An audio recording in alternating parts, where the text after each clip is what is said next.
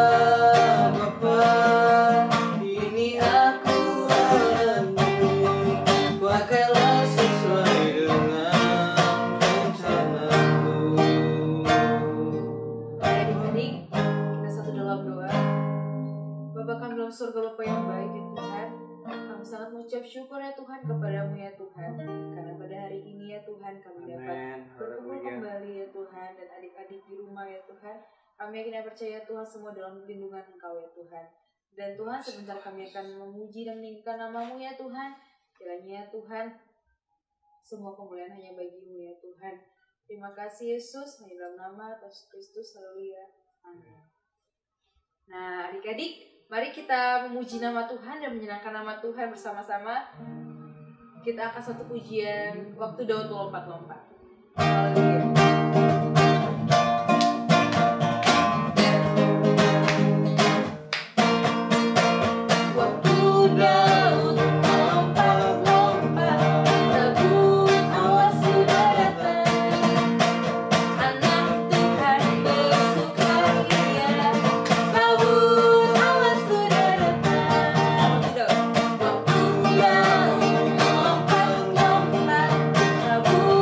Awas sudah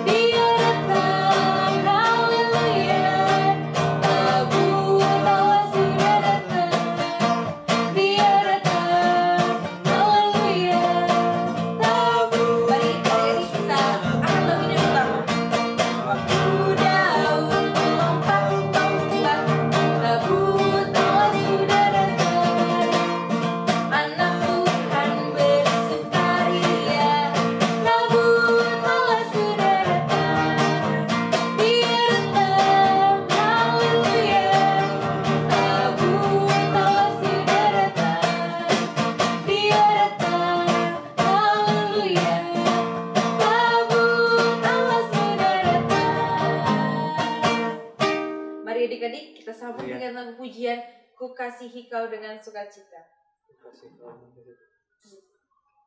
Haleluya.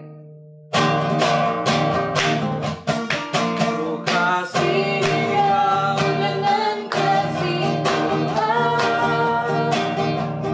Ku kasihi kau dengan kasih Tuhan. Ku lihat di wajahmu kemuliaan Bapa. Ku kasihi kau dengan kasih Tuhan.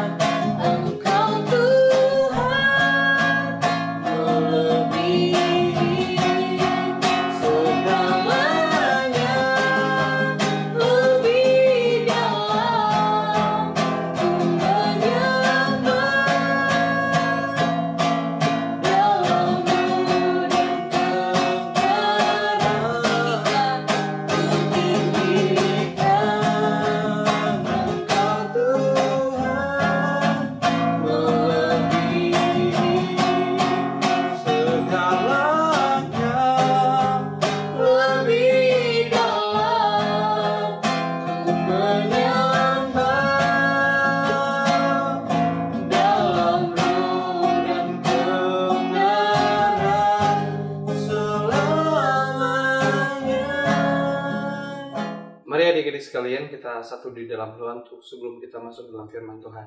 Haleluya. Segala pujian, syukur, hormat, kemuliaan bagi nama-Mu Tuhan. Engkau Tuhan dan Raja kami. Kami sangat percaya bahwa Tuhan selalu hadir, selalu menemani kehidupan kami. Amin. Apapun yang terjadi dalam kehidupan kami yakin dan percaya kami dalam lindungan Tuhan.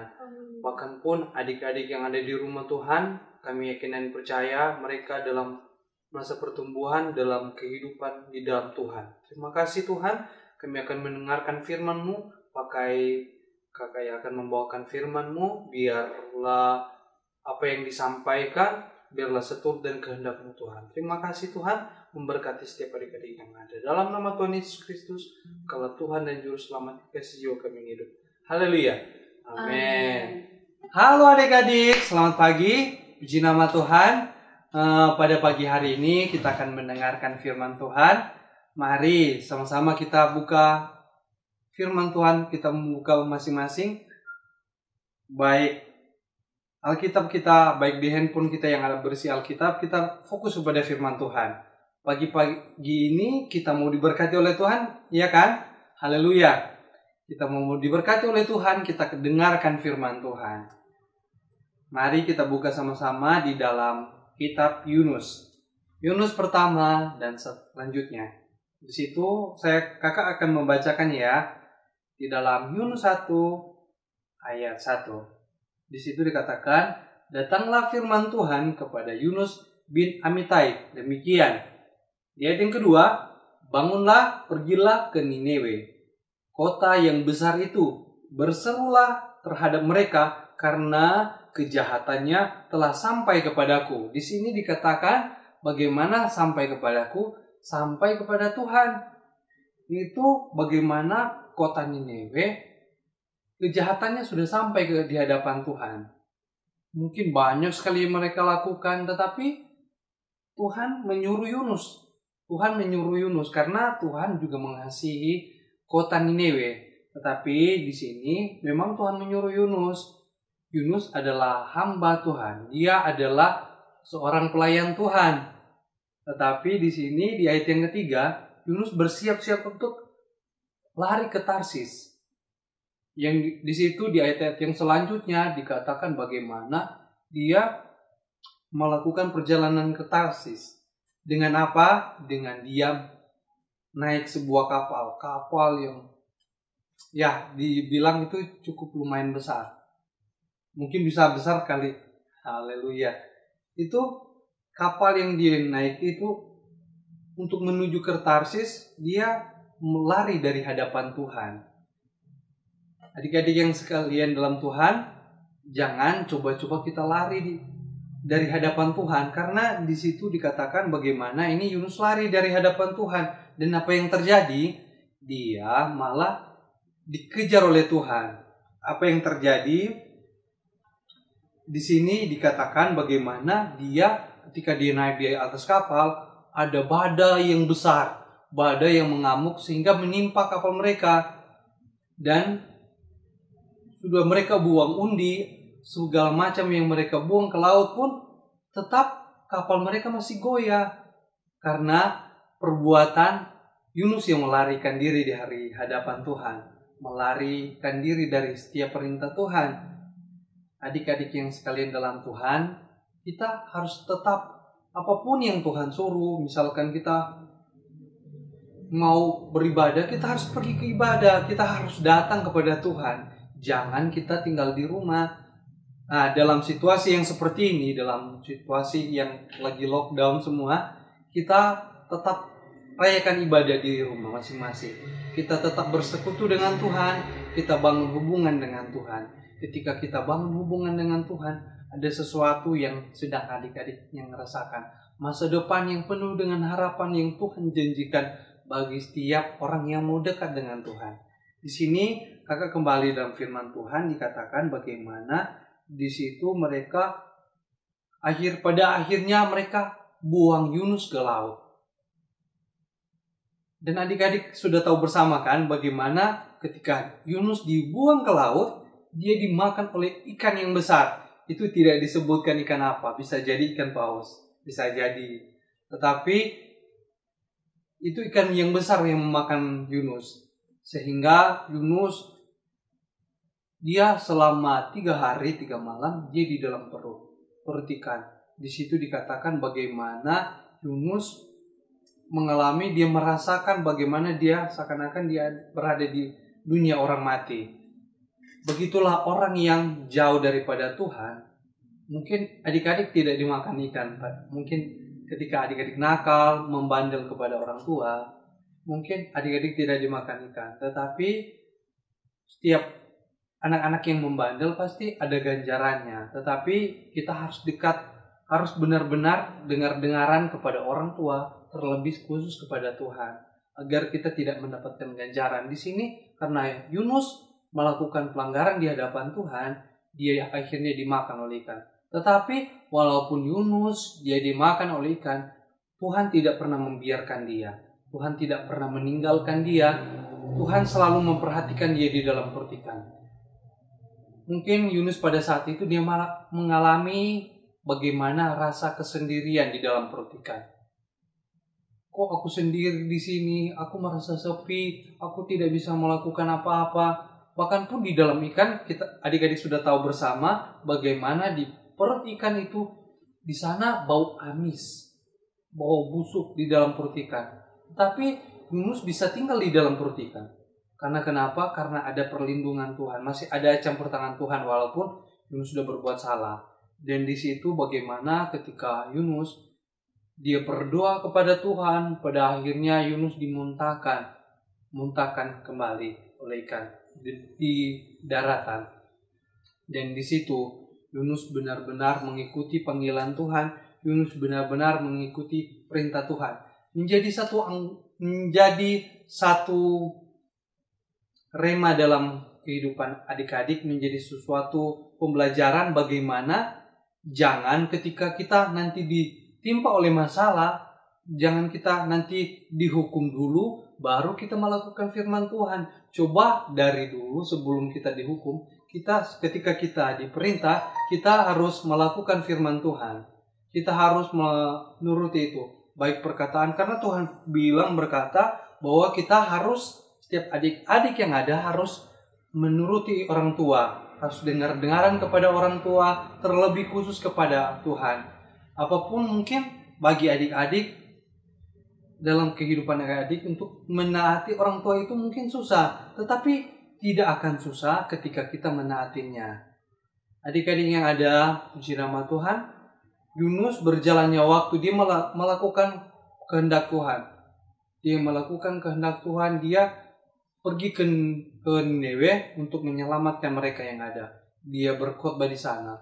Tetapi semua karena ada maksud rencana Tuhan, bukan hanya kepada Yunus tetapi kepada orang Niniwe. Dan di sini menjadi pembelajaran Tuhan mengasihi baik adik-adik yang ada, baik kakak yang ada, semuanya Tuhan kasih. Siapapun tidak terkecuali, semuanya dikasihi Tuhan.